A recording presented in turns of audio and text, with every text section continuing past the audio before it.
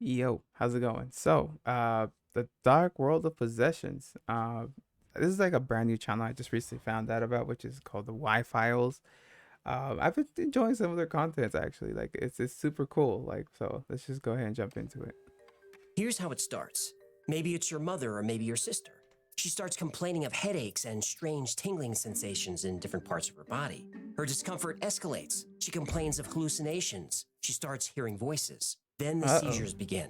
She has trouble walking and eating and maintaining control of her bladder.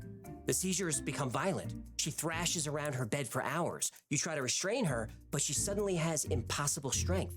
Her moods become erratic. She swings between fear and anger and sadness. Okay. Her speech becomes ragged and deep. She has sudden outbursts where she barks out phrases in Latin and Aramaic, languages she doesn't speak. Then, for no reason at all, the symptoms suddenly stop, and she's back to her normal self. Frightened and exhausted, but it's still her. Her doctor can't find anything wrong with her. Psychiatrists and neurologists can't explain what's happening.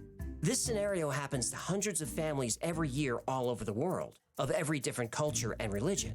And when this does happen to I'm someone you love spectacle. and I there's know. no one else to I'm one of call, those spectacle you people. call an Like I don't exorcist. know if that's true, but you always just gotta turn off your brain and see what's Born just have into a fun with it. devoutly Catholic family, Annalise Michelle had a normal childhood. What kind of name is Anal Ease? Wait, what? That goldfish is Annalise. possessed. What I say? She was kind, creative, and intelligent. She had good friends and she got good grades. Her dream was to become a teacher. When she was 16 years old, Annalise experienced a violent seizure. She was diagnosed with temporal lobe epilepsy, a neurological disorder that can cause hallucinations and affect one's personality. Over the next few years, Annalise received various treatments, including psychotherapy and anticonvulsive medications, but her condition didn't improve. Her hallucinations got worse, and her seizures more severe. And when she was 21 years old, Annalise's condition took a dark turn. She began to experience terrifying visions of demonic apparitions. She said she heard voices condemning her to hell. Her Catholic upbringing led her to believe that she was being tormented by demons. And since her medical treatments weren't working, she turned to her faith. Annalise became obsessed with religious practices. She would pray for hours and even harm herself, trying to drive away the evil spirits that she believed possessed her. Dang, she she prayed so became John often that she Constantine. broke the bones in her knees, but she Whoa. kept praying. Finally, when Annalise was 23, her family turned to the church for help. They wanted a priest to perform an exorcism. Over the next 10 months, she would undergo a series of 16 exorcisms. These sessions were exhausting and could last for hours. And during the sessions, she would scream, growl, and speak in languages she had never learned. That's wild.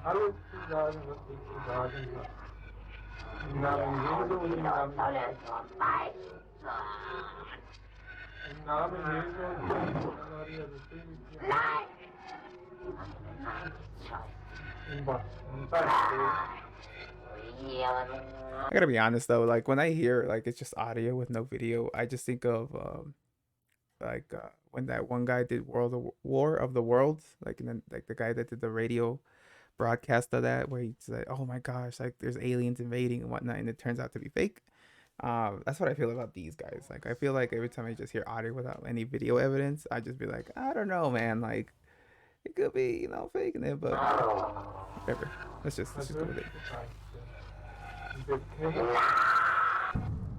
Okay. She would physically harm herself, breaking her own bones and tearing her own flesh. Jeez. She would attack other people in the room. She also suddenly had superhuman strength. Sometimes she would throw people across the room. When 5 people could no we're longer gonna have to restrain fight her, if you throw she me was across tied to the her room. bed. When she broke her restraints, she was chained. Her body deteriorated rapidly. She said the demons Whoa. wouldn't allow her to eat, though she would occasionally eat spiders and bugs crawling around her room. Eventually, her body couldn't take anymore, and she passed away when she was only 23 years old. She weighed less than 70 pounds, and the official cause of death was malnutrition and dehydration. In the aftermath of her death, Annalise's story became the subject of intense debate. The mainstream view is that Annalise had been the victim of a gross failure of the medical and religious establishments. Her family and the priests were actually convicted of negligence and abuse, though they didn't serve any time. And this case was the inspiration for the film The Exorcism of Emily Rose. And now Oh. there are lots of films about exorcism. But just a few years yeah. ago, the Pope's- church avoided talking Pope's about Exorcist them is or coming denied out they this ever happened. week, I think. But one movie would change all that. An exorcism would go mainstream. Ooh, which one is it?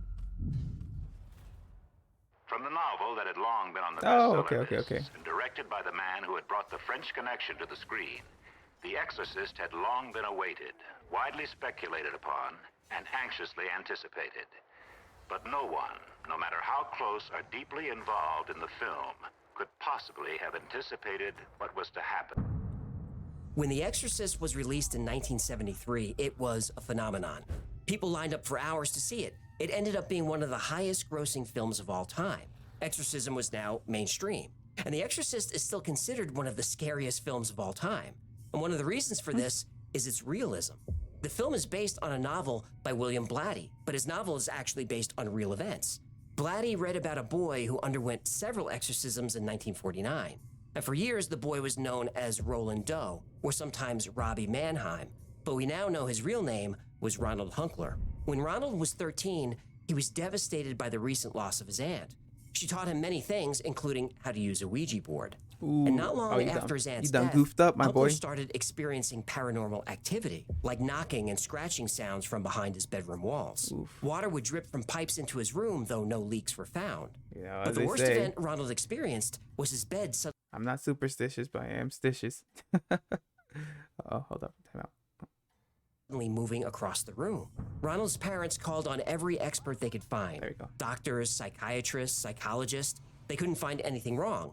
Out of options, their minister suggested that the Hunklers contact an exorcist. With permission from the Catholic Church, Father E. Albert performed his first exorcism on Ronald in February of 1949, but it would be cut short. Even though Ronald was strapped to his bed, he broke off a piece of his mattress spring and slashed the priest across his shoulder. A few days later, scratch marks appeared all over Ronald's body. One set of scratches spelled the word Louis, which Ronald's mother took as a sign to seek help in St. Louis. And several more priests and assistants tried to help Ronald. Witnesses reported seeing scratches appear on Ronald's body, and they saw his bed move on its own. More and more scratches appeared on Ronald, and despite multiple exorcisms, nothing worked. He was getting worse. He was more aggressive. And then he started urinating on his bed and around the room. You gotta exercise him like they did in Ronald Boondocks. Hunkler was admitted to the Alexian Brothers Hospital in St. Louis. And after a month of violent tantrums of screaming and cursing Latin phrases, a priest called on St. Michael to expel Satan from Ronald's body. 7 minutes later, Ronald came out of his trance and said he's gone. Ronald Hunkler went on to lead a normal life. In fact, he became a NASA engineer who worked on the Apollo and space shuttle missions. His What? identity was kept secret for years. A friend said he lived in a state of constant worry that his coworkers would find out that he was the boy who inspired The Exorcist. Ronald Hunkler retired from NASA in 2001 and passed away peacefully in 2020. Did he And in leave, the like, years since the a movie was a released, biography the of number of talking the possessions situation? has increased, as has the number of exorcisms. One of the most famous and scariest cases happened just a few years ago. And like so many stories like this, it all started with flies. Flies. In 2011, LaToya Ammons, along with her 3 children, moved into a house on a quiet street in Gary, Indiana. In December of that year, despite the Indiana cold, her porch was infested with black flies. Oh, no matter nah, how many you they gotta killed, move. they kept coming back. Yeah, Late you one gotta night, move, my guy. LaToya and her mother, my Rosa girl. Campbell, heard the stomping of footsteps climbing up their basement stairs. Then the creak of the door from the basement to the kitchen slowly opened. LaToya followed the sound. There was no one there. She locked the door and went back to bed. An hour later, the sounds returned.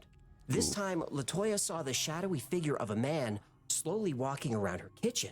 Again, she jumped out of bed to investigate, and again, the kitchen was empty. But there were large, wet boot prints on the kitchen floor. A few months later, That's crazy. things would escalate.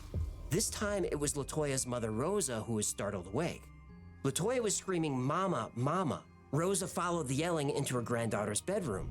There was LaToya's 12-year-old daughter, unconscious, levitating above her bed. Oh The girl my fell gosh. back to her bed, opened her eyes, and had no memory of what happened. LaToya reached out to local churches for help, You but gotta nobody took her elbow seriously. dropper. But a local clairvoyant told her the house was possessed by 200 demons and told LaToya to burn sage and sulfur throughout the house. 200 Burn sage demons? and sulfur, huh?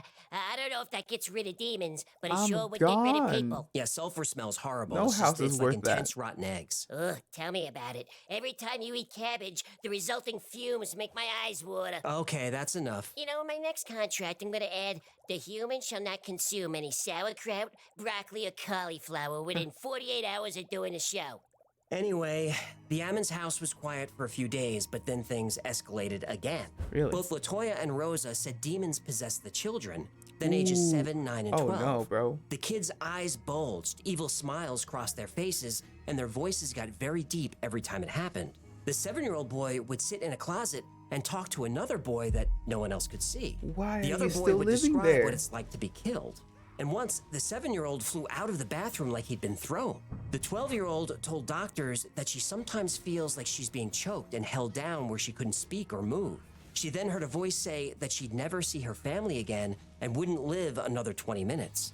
Now, for skeptics, this story might sound far-fetched, but all this information is from official police reports written by 2 veteran officers who became believers. Still, no matter what you believe, the best course of action in a situation like this is to see a doctor No, and get it's to actual move medical out. care, which the family did. And somehow, in front of medically trained witnesses, things got even worse. Here we go. Okay, talk to me. Well, what they do? It seemed that whatever demonic forces were in LaToya Ammons' house attached themselves to her children. While being examined at their doctor's office, LaToya's sons, aged 7 and 9, suddenly passed out and couldn't be revived. 911 was called and the boys were rushed by ambulance to Methodist Hospital. When they woke up, the 9-year-old seemed okay, but the 7-year-old thrashed and screamed. It took 5 men to hold him down. At this point, Wow. someone at the hospital thought that this behavior was the result of a troubled home, or that their mother, LaToya, had a mental illness. They called child services. The case was assigned to Valerie Washington, who asked the hospital to examine the family. Hospital personnel found LaToya and her children to be healthy, with no physical marks or bruises. A hospital psychiatrist said LaToya was of sound mind. But when Washington spoke to the 7-year-old, his eyes rolled back and he growled, "It's time to die," and then he lunged at his brother. He grabbed his brother by the throat and refused to let go. It took several You adults gotta to knock pry that him kid off. out. And what happened next really rattled the hospital workers. Okay. According to Washington's official DCS report, the 9-year-old had a weird grin on his face, and then while holding Rose's hands, walked backwards up a wall and to the ceiling. He then flipped Bruh. over and landed on his feet. He never let go of his grandmother's hands. Woo, The boy doesn't okay. remember doing this and says he couldn't do it if he tried. This was witnessed by a nurse who corroborated the event in the DCS report, and I linked all these documents below. Valerie gotta look 'em Washington up. I gotta decided look 'em that up. until they could figure out what was really happening, DCS should take short-term custody of the children.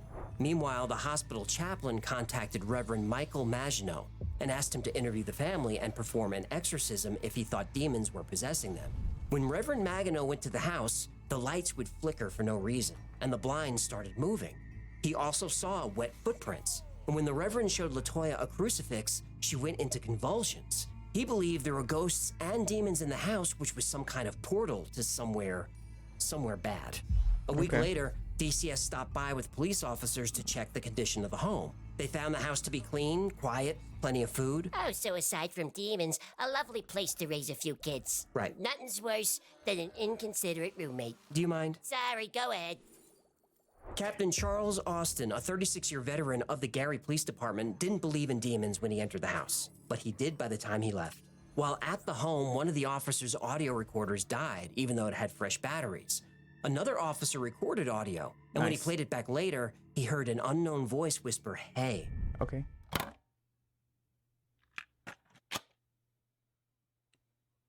Hey. That's where.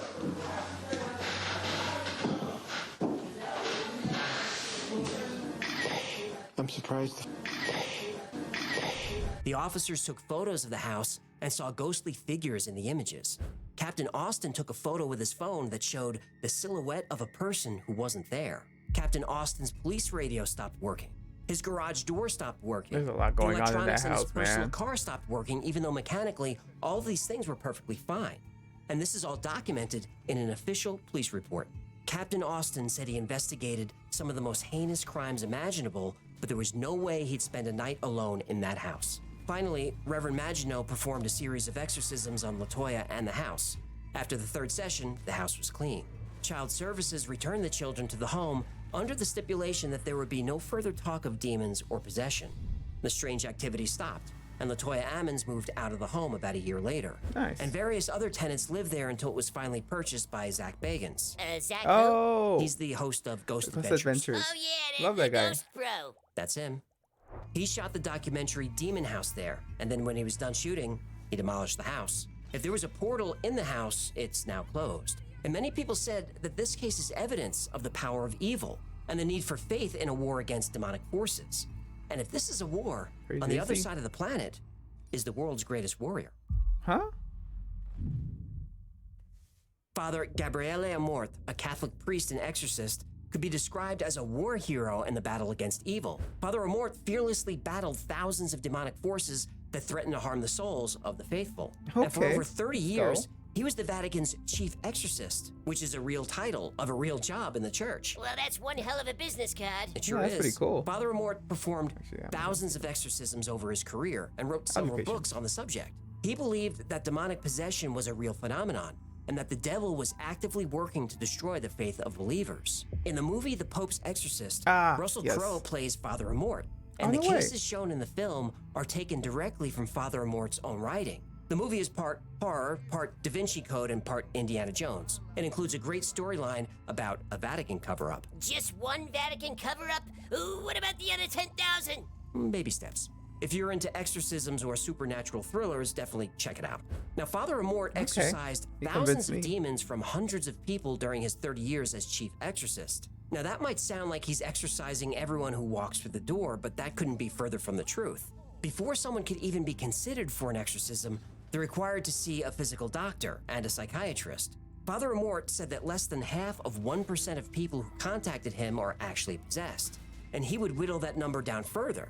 He had a few techniques that allowed him to tell if someone was truly possessed.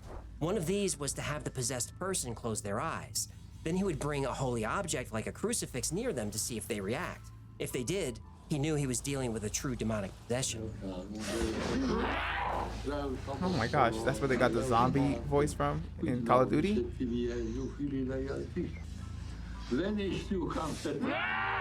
Oh yeah, they did. The exorcism ritual typically takes place in a church or other sacred space, and only a few people are present. Father Amort brings a trained assistant who helps with prayer and occasionally helps hold the person down. A couple of the possessed person's family and friends are also present to assist. And in 2016, Father Amort allowed William Friedkin to film an exorcism on a young woman named Christina. And there's no better choice than Friedkin. He directed The Exorcist.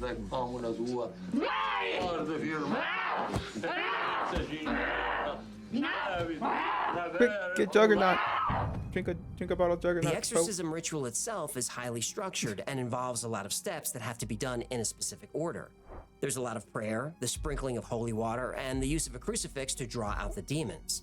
The exorcism ritual can be physically and emotionally demanding, both for the person being exorcised and for Father Amort and his assistant. The person may experience convulsions and screaming as the demons are cast out.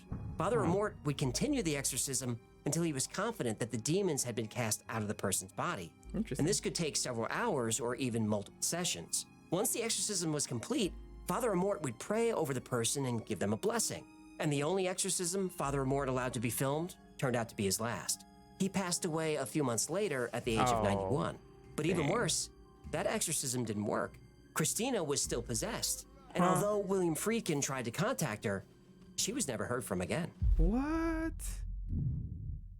That's crazy. Exorcism is usually connected to the Catholic Church, but the concept goes back thousands of years to the beginning of civilization. Ancient Babylonians believed that demons or evil spirits were responsible for illnesses as well as natural disasters. Exorcism not go that rituals far were now. done to drive these entities out and restore balance to the world. And the process of exorcism in ancient Babylon was complex and dangerous. The exorcist would draw a circle around the possessed person, creating a barrier between them and the demon.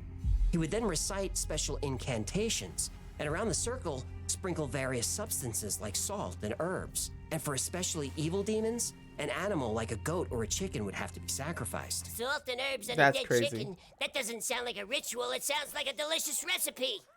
You're killing me, pal. Well, I'm sorry. I skipped lunch and you tell me exorcisms use 11 herbs and spices on chicken. What do you expect? By the way, you and Colonel Sanders make demons sound finger-licking good. That was not my intention. Now I know why the chicken's so addicting. It's seasoned with evil. If you just let me get through this, we'll grab lunch. Chicken bucket from KFC? Is that even a question at this point? Ancient Egyptians also used KFC. exorcism I to don't know ward about off that. evil spirits. And one of the most common methods involved the use of a magic spell called a heka.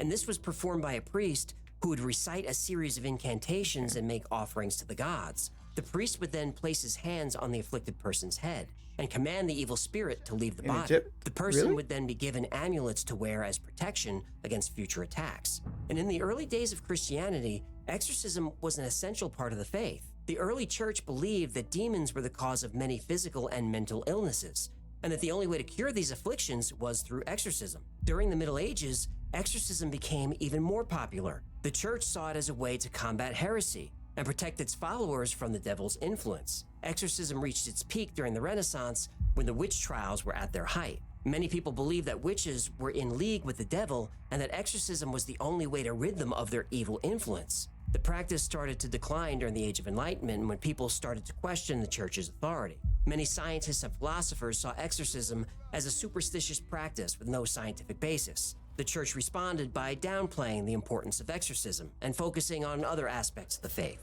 But exorcism did not disappear completely. It continued to be practiced in many parts of the world, especially in areas where traditional beliefs were still strong. Thanks to film and pop culture and the state of the world, there have never been more exorcists or exorcisms in history.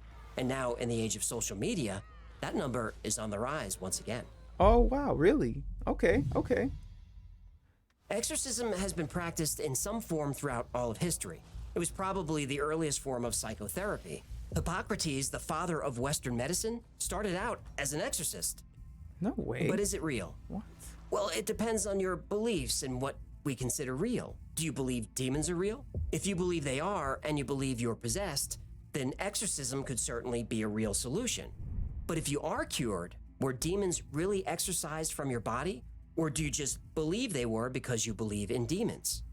It's hard to say. Trying to explain possession as non-supernatural has been a struggle for medical professionals for a long time. People claiming to be possessed show symptoms of epilepsy, schizophrenia, multiple personality disorder, dissociative identity disorder, bipolar disorder, and many other conditions. But the medications and therapy commonly used to treat these illnesses often doesn't work, but sometimes exorcisms do. Possession is now recognized in the DSM. Is it like a Specifically, it's placebo possession effect? trance That's what I think disorder, or sometimes. Could PTD. that be like a But it's a placebo pretty effect? new addition. So modern mainstream doctors don't think we're dealing with demons, but they acknowledge there is something happening to some people that they can't quite explain. Often people who claim to be possessed come from very religious and very troubled homes. Many times the possessed are children acting out or trying to please religious parents. For instance, Ronald Hunkler, the boy whose story kicked off the modern exorcism phase, he admitted he was faking.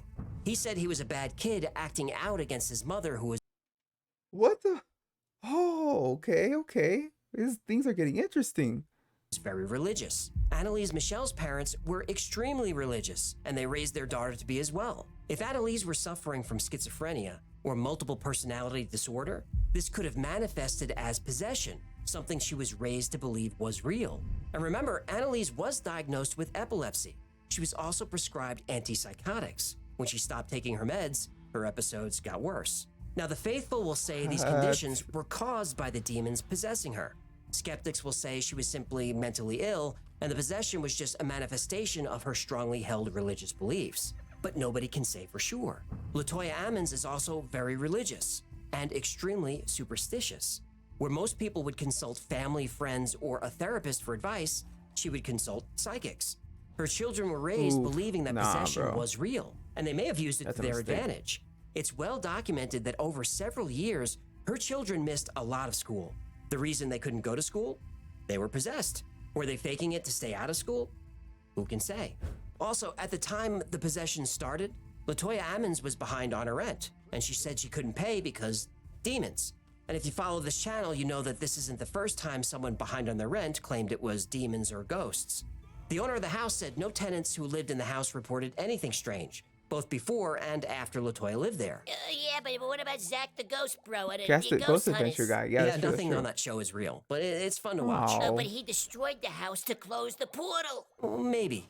Or he demolished the house to generate some buzz for his documentary about the house. And knocking the house down, that created some buzz. Now, Definitely did. Inside Edition with Deborah Norville. That portal to hell house that we've been telling you about in Gary, Indiana, where so many eerie things are said to have happened, has just been sold. And wait till you see who's moving in. The new owner is Zach Baggins. What on earth were you thinking buying this house? All the witnesses in that case, including Police Captain Austin, are highly superstitious and believe in the paranormal. They were primed to believe the story. They were also interested in money. Captain Austin is on record saying he thought he might get some notoriety out of this, or even a movie deal. And Reverend Maginot did get a movie deal. He signed an agreement with Evergreen Media, the company that produced the Conjuring movies, which is perfect because the Conjuring movies are based on stories told by people seeking fame and fortune. There's no truth behind them. But true or not, those movies earned over $1 billion. Now, I'm not saying all or any of these people are lying, but with stories like this, it's important to see the whole picture, especially when people Holy are profiting. crap, this just blew my Believers mind. will say What exorcism the is a hell? I necessary never knew tool those. to combat the force of evil that's all around us all the time. And skeptics will say exorcism is a brutal medieval torture ritual justified by ignorance. And people do die during exorcisms all the time. Now, you're getting the idea that I'm a skeptic, and maybe I am, but only 90%. That 10% of me can't help but think about Father Amort. I've studied his life, read his articles, a couple of his books. He says demonic possession is real and that he witnessed countless supernatural events. I don't think he's lying. But actual demons? I look around and I can't find any proof. But evidence of evil? Well, proof of that is everywhere. Supernatural or not, there really is a battle between good and evil taking place in the world right now. And we all have a role to play in this battle. And knowing this, I want you to ask yourself, which side am I on? What should I? Hey, man. I don't know what to tell you.